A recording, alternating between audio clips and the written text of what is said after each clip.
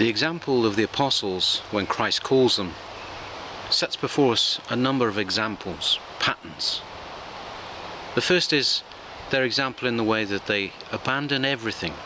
There they are on their ships, fishermen, working with their family and friends. When Christ calls them to follow him, they abandon it all, their incomes, their family, their connections. Their example sets before us the question, is there anything that we cling to? Anything that we are willing to allow to prevent us from following Christ? Not just things of the world, but inwardly. What do we cling to inwardly that we need to abandon? What holds us back? Sometimes we can look forward to the blessings of God. We can strengthen ourselves and say, yes, I can let go of this because I know what's to come. But the apostles, they knew nothing of the crucifixion and the resurrection. And yet in faith, they followed Christ. They abandoned everything.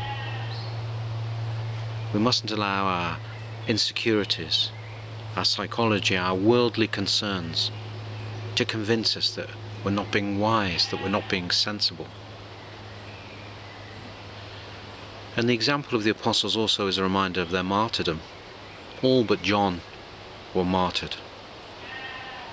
They were willing to abandon everything to follow Christ, including their lives.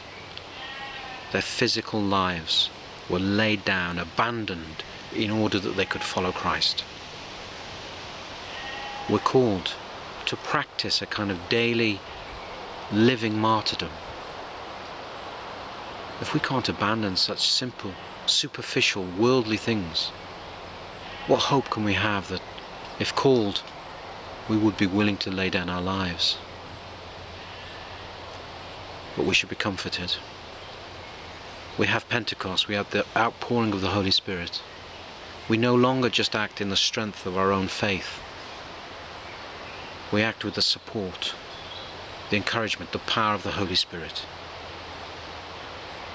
So let all of us recognize the full blessing of being a disciple of Christ. And let us abandon everything that would prevent us from truly being his followers.